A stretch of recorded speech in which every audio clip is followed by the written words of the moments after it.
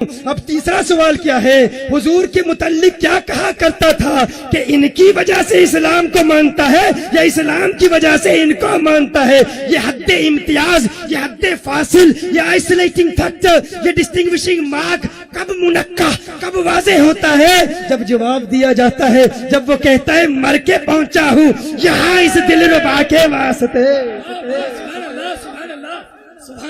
وہ کہتا ہے انہی کے واسطے تو موت کو سینے سے لگایا ہے۔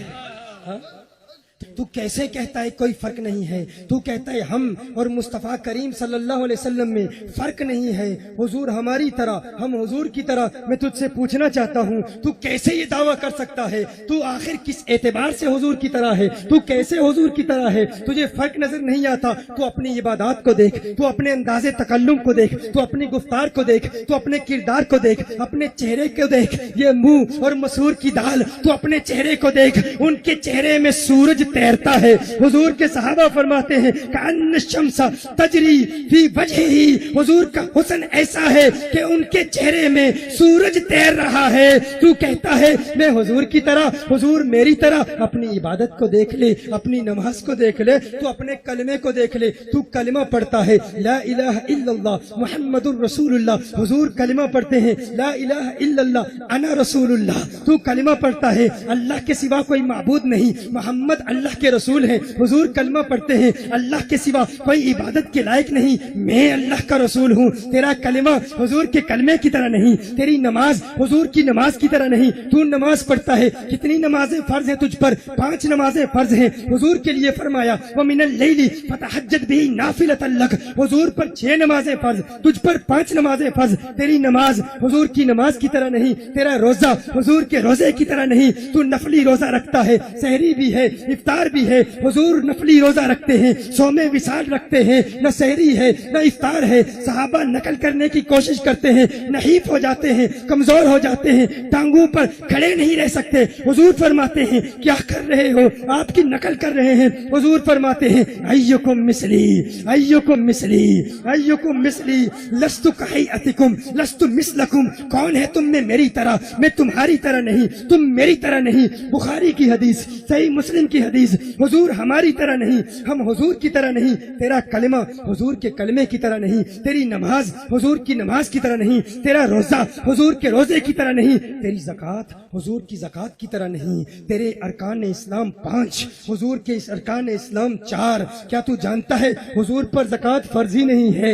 میرے ڈیٹیل لیکچرز ہیں اس موضوع پر کہ اسلام کے احکام کے پیچھے سبب کیا ہے۔ ہر کیوں کا جواب مقاصد شریعہ کی روشنی میں ہم بیان کرتے ہیں کہ فلاں حکم اگر ہے تو کیوں ہے؟ فجر میں اگر 2 فرض ہیں تو کیوں ہے؟ ظہر میں اگر 4 فرض ہیں تو کیوں ہے؟ اگر 2.5% زکوٰۃ فرض ہے تو کیوں ہے؟ 3% کیوں نہیں؟ فجر میں 3 رکعتیں کیوں نہیں؟ ظہر میں 3 رکعتیں کیوں نہیں؟ مغرب میں 4 رکعتیں فرض کیوں نہیں؟ کیوں کے جواب میں ہم بہت کچھ بیان کرتے ہیں، لیکن یہ نقطہ ذرا وزنی ہے۔ لیکن آج گل بہار میں بہار آ چکی ہے، آج گل بہار میں بہار آ چکی ہے، آج آج آج گولی مار کے پڑوس میں بہار آ چکی ہے۔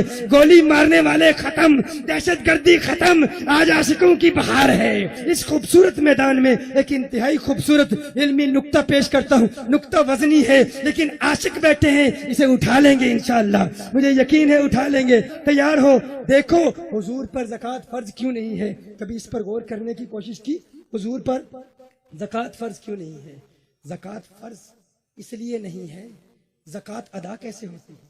ادائیگی فرض کے لیے، ادائیگی زکوٰۃ کے لیے یہ ضروری ہے کہ زکوٰۃ مالک کے ملک سے نکل کر قابض کے ملک میں آ جائے۔ زکوٰۃ اس وقت ادا ہوتی ہے جب مالک کے ملک سے نکل کر، کون میری بات سمجھ رہے؟ ہاتھ نہ اٹھائیں مجھے پتہ چلے۔ ماشاءاللہ تو عوام بھی سمجھ رہے ہیں۔ مالک کی ملک سے نکل کر قابض کی ملک میں آ جائے تو زکوٰۃ ادا ہو جاتی ہے۔ دیکھیے، کیا ایک باپ اپنے بیٹے کو زکوٰۃ دے سکتا ہے؟ نابالغ بیٹے کو باپ زکوٰۃ دے سکتا ہے؟ کیوں؟ کہا الولد وما فی یدہ کان لأبیہ، الولد وما فی یدہ کان لأبیہ، بیٹا اور جو کچھ بھی بیٹے کے پاس ہے، بیٹا اور بیٹے کی ساری دولت وہ در حقیقت اس کے باپ ہی کی دولت ہوتی ہے۔ تو جب باپ اپنے بیٹے کو زکوٰۃ دے گا تو اس کے ملک سے نکلے گی۔ بات سمجھ رہے ہیں نا؟ باپ جب اپنے بیٹے کو زکوٰۃ دے گا، زکوٰۃ ادا کب ہوتی ہے؟ جب مالک کے ملک سے نکل کر، مالک کی ملکیت سے نکل کر قابض کی ملک میں آ جائے تو نکلنا ضروری ہے، نکلنا ضروری۔ باپ اپنے بیٹے کو زکوٰۃ دے گا، زکوٰۃ ادا نہیں ہوگی کیونکہ مالک کے ملک سے نکلی ہی نہیں، جب نکلی ہی نہیں تو ادا کیسے ہوگی؟ اسی طرح العبد وما فی یدہ کان لمولاہ، ایک غلام، ایک غلام جو کچھ بھی اس کا مال ہے، غلام کے پاس جتنا بھی مال ہے، جتنی بھی دولت ہے، در حقیقت اس کے آقا کی ہے، در حقیقت اس کے آقا کی ہے۔ اب کوئی آقا اپنے غلام کو مال دے گا، زکوٰۃ دے گا، تو وہ زکوٰۃ اس کی ملک سے نکلے گی ہی نہیں تو ادا کیسے ہوگی؟ یار کیسے سمجھدار لوگ ہو تم، ماشاءاللہ بہت جلد بات کو سمجھ جاتے ہو۔ تمہیں پتا ہے آقا اپنے غلام کو زکوٰۃ دے، ادا نہیں ہوتی، غلام بھی اس کا مال بھی اس کا، آقا پر زکوٰۃ فرض اس لیے نہیں ہے، ادا کریں گے تو کس کو ادا کریں گے؟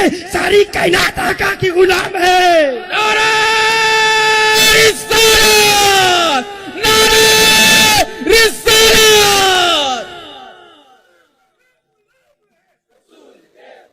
غلامی رسول میں جو ہونا عشق مصطفیٰ، ہم عظمت